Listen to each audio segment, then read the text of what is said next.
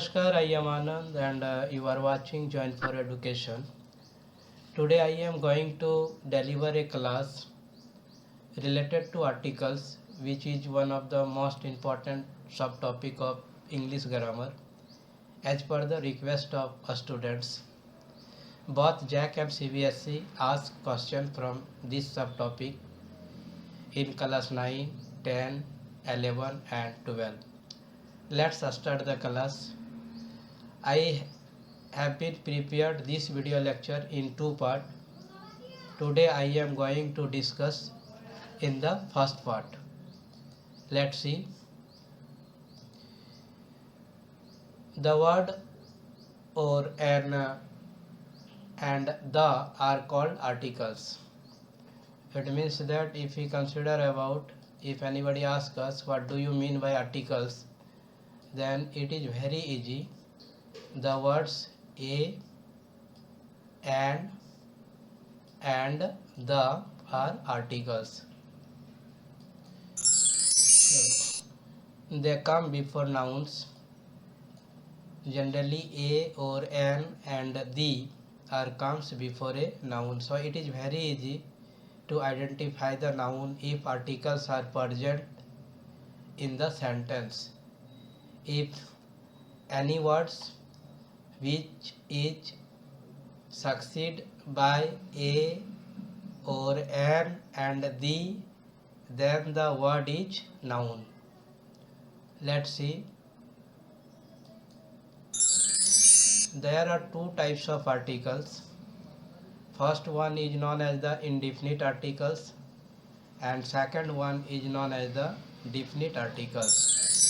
So this is the indefinite articles, or a or an is the indefinite articles and the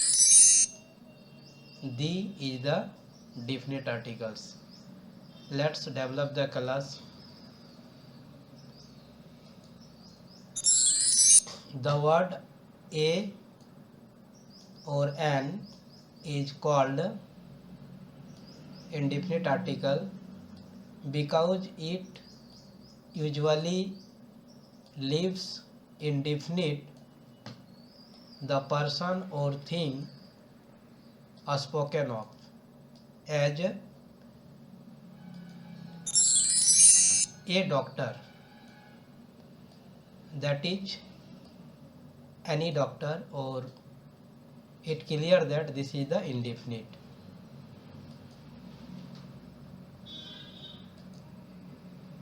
The word the is called the definite article because it normally points out some particular person or thing spoken of, as he saw the doctor, meaning some particular doctor. So here the is particular or definite.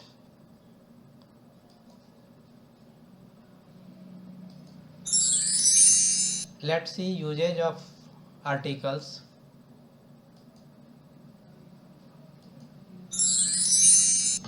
The indefinite article is used before singular countable nouns.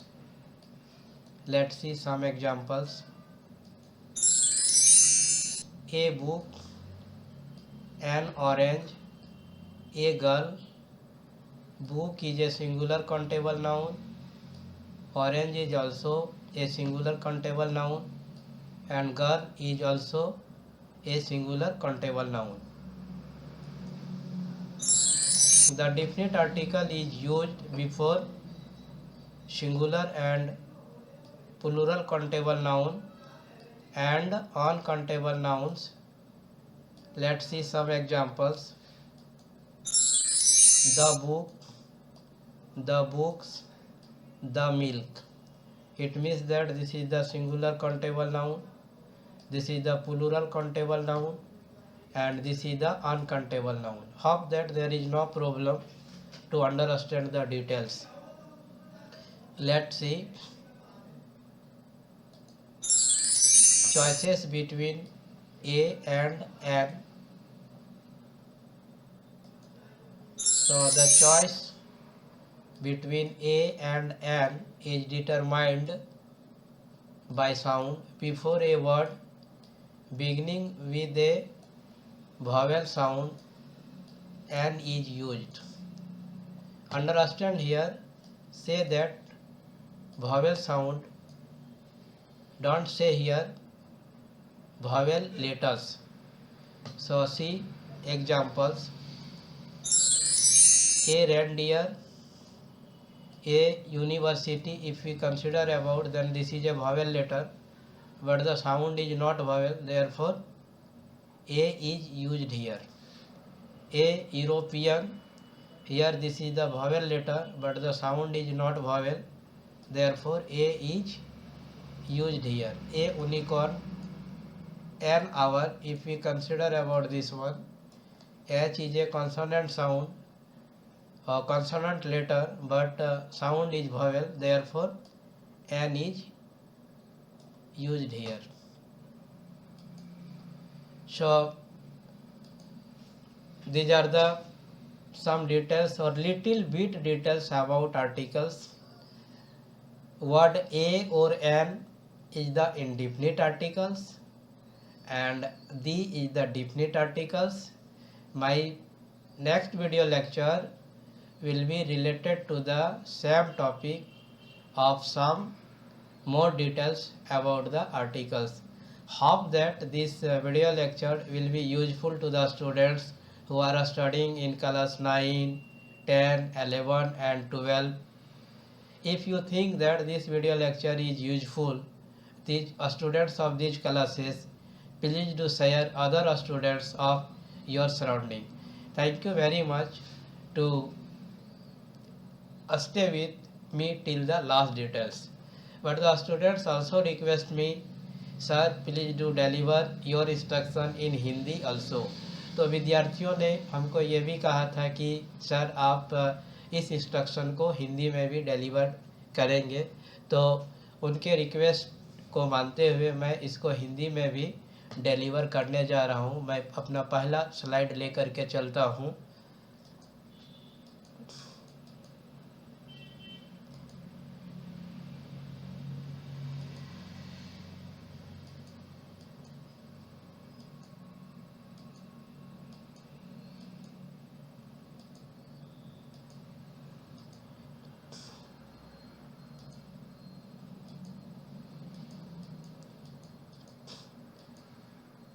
Please do wait, ये मेरा पहला slide आ गया। हिंदी विद्यार्थियों के अनुरोध पर भी मैं इसको शुरू करने जा रहा हूँ। मैं हूँ आनंद और आप देख रहे हैं जॉइन फॉर एडुकेशन। विद्यार्थियों के अनुरोध पर मैं आज आर्टिकल्स पर एक लेसन डिलीवर करने जा रहा हूँ, जो इंग्लिश ग्रामर या अंग्रेजी व्याकरण का एक मोस्ट इम्पॉर्टेंट सब टॉपिक है।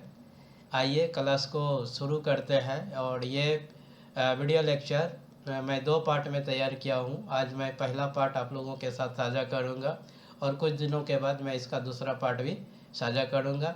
आप अपनी प्रतिक्रिया हमारे यूट्यूब के कमेंट बॉक्स में ज़रूर लिखिएगा। तो चलिए शुरू करते हैं।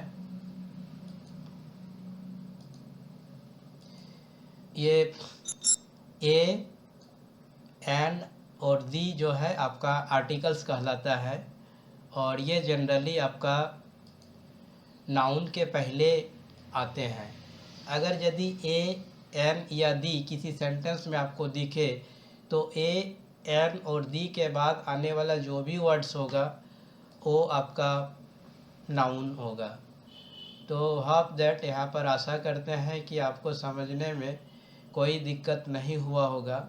आर्टिकल 2 प्रकार के होते हैं।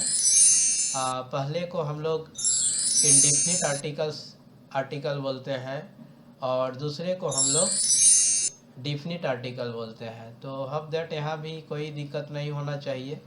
अगर यदि आपसे पूछता है कि आर्टिकल कितने प्रकार के होते हैं तो आपका रिप्लाई यही होना चाहिए कि आर्टिकल 2 प्रकार के होते हैं। एक आपका इंडिफिनिट आर्टिकल होता है और दूसरा आपका डिफिनिट आर्टिकल होता है। ए और एन आपका जो है इंडिफिनिट आर्टिकल में आ जाता है और दी जो है आपका डिफिनिट आर्टिकल में आ जाता है। आइए कक्षा को आगे लेके चलते हैं।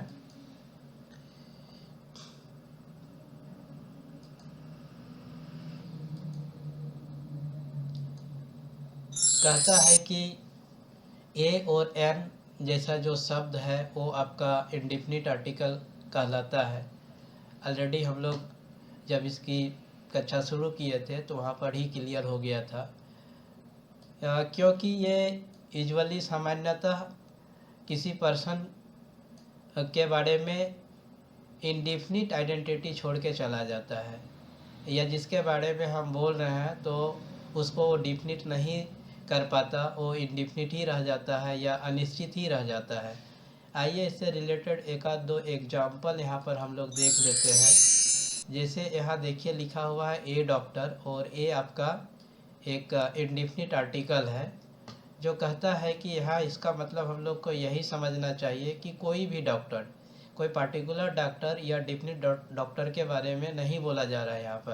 यहाँ पर कोई भी डॉक्टर के बारे में बोला जा रहा है।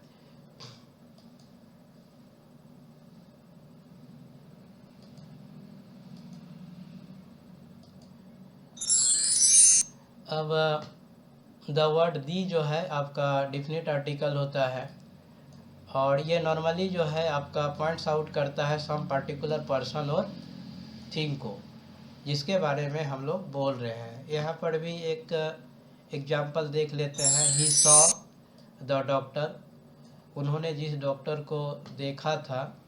यहाँ पर मीनिंग हो जाएगा सम पार्टिकुलर डॉक्टर। जैसे ही यहाँ द लगा दिया, इट मीन्स दैट ये डिफिनिट डॉक्टर है, ये इंडिफिनिट डॉक्टर नहीं है। तो hope that there is no problem to understand these statement और दीज डिटेल्स टू। इसको भी समझने में कोई दिक्कत नहीं हुआ होगा। यदि आपको तो कोई दिक्कत है तो हमारे यूट्यूब के कमेंट बॉक्स में आप लिखिए, मैं आपके डाउट को क्लियर करने का प्रयास करूँगा।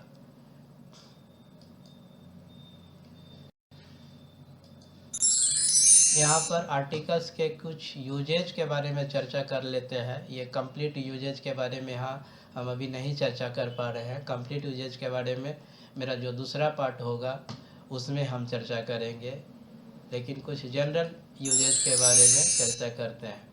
The indefinite article is used before singular countable noun. यहाँ क्लियर है, indefinite article it means that a अथवा एन का उपयोग आपका सिंगुलर काउंटेबल नाउन के पहले ही किया जाता है। इसका कुछ एग्जाम्पल आप देख लीजिए। जैसे ए बुक, ये आपका सिंगुलर काउंटेबल नाउन है। यहाँ ऑरेंज को लेकर के चलते हैं तो ये भी आपका सिंगुलर काउंटेबल नाउन है। यहाँ गर्ल को लेकर के चलते हैं तो गर्ल भी आपका सिंगुलर काउंटेबल नाउन है। तो मतलब सिंगुलर काउंटेबल नाउन के पहले इंडिफिनिट आर्टिकल का हम उपयोग करेंगे। यदि डिफिनिट आर्टिकल का उपयोग कर देते हैं तो एक्चुअली में जनरली वो रॉन्ग हो जाएगा या गलत हो जाएगा। फिर से हम लोग देख लेते हैं। The definite article is used before singular and plural countable noun and uncountable nouns. तो हम लोग यहाँ पर जो बोले थे सिंगुलर काउंटेबल नाउन के पहले हम लोग ए या फिर द का भी यूज कर सकते हैं अकॉर्डिंग टू दिस वन। इस स्टेटमेंट के आधार पर ये क्लियर हो जाता है कि डिफिनिट आर्टिकल दी का उपयोग आपका सिंगुलर काउंटेबल नाउन के पहले, मतलब यहाँ द बुक लगाएंगे तो ये बुक जो है आपका डिफिनिट हो जाएगा। अगर ए बुक लगाए हैं तो ये बुक इंडिफिनिट है, कोई पर्टिकुलर बुक के बारे में यहाँ पर नहीं बोला जा रहा है। लेकिन यदि दी बुक लगा देते हैं तो ये एक पर्टिकुलर बुक के बारे में बताना शुरू कर देगा। तो आपका डिफिनिट आर्टिकल जो आपका दी है का यूज सिंगुलर और प्लूरल काउंटेबल नाउन के पहले और फिर अनकाउंटेबल नाउन के पहले भी किया जाता है।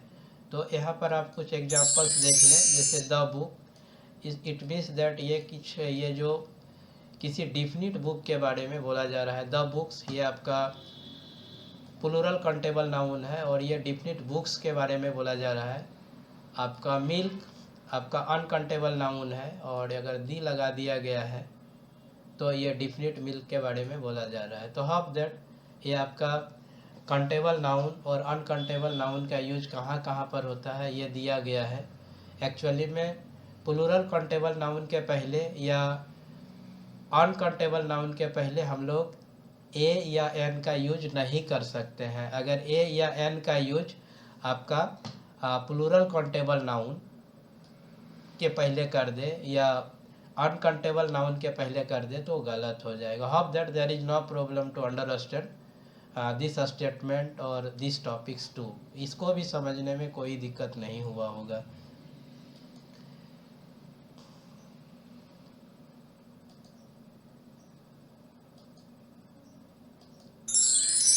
अब देखिए ए और एन का यूज कहाँ कहाँ पर होता है, ए और एन का चॉइस कहाँ कहाँ पर चलेगा। तो एक्चुअली में जब हम किसी वर्ड को प्रोनाउंस करते हैं या उच्चारण करते हैं और यदि प्रोनाउंस करने के समय यदि वॉवेल साउंड आए, देखिए लेटर के बारे में नहीं बोला जा रहा है, वॉवेल लेटर नहीं, वॉवेल साउंड आ जाए तो उसके पहले एन का उपयोग कीजिए और बाकी के पहले आप ए का उपयोग कर सकते हैं। इसका कुछ एग्जाम्पल्स यहाँ पर देख लेते हैं।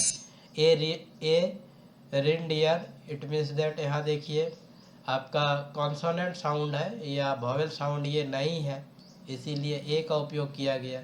ए यूनिवर्सिटी, अगर यहाँ पर देखा जाए तो यूनिवर्सिटी वॉवेल साउंड नहीं है लेकिन ये वॉवेल से स्टार्ट हुआ है। यहीं पर भी कन्फ्यूजन हो जाता है या कन्फ्यूज कर जाते हैं और जानकारी के अभाव में हम लोग वॉवेल लेटर के पहले एन का यूज कर देते हैं, लेकिन ऐसा नहीं, वॉवेल साउंड के पहले एन का यूज होगा, ना कि वॉवेल के पहले एन का यूज होगा। तो यहाँ पर थोड़ा सा प्रिकॉशन लेने का ज़रूरत होता है। तो जो भी वर्ड दिया है उसको हम प्रोनाउंस करते हैं, अगर वॉवेल साउंड आ जाता है तो एन का, अगर वॉवेल साउंड नहीं आता है तो हम ए का यूज करेंगे। होप दैट ये डिटेल्स आप लोगों को समझ में आ गया होगा।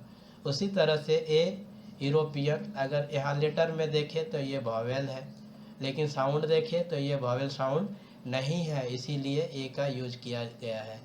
Similarly a unicorn and here see an hour, अगर यहाँ पर देखें तो ये आपका कॉन्सोनेंट है, लेटर जो है आपका कॉन्सोनेंट है लेकिन साउंड जो है वॉवेल है, इसीलिए यहाँ पर एन का उपयोग कर दिया गया है। Hope that there is no problem to understand at this step.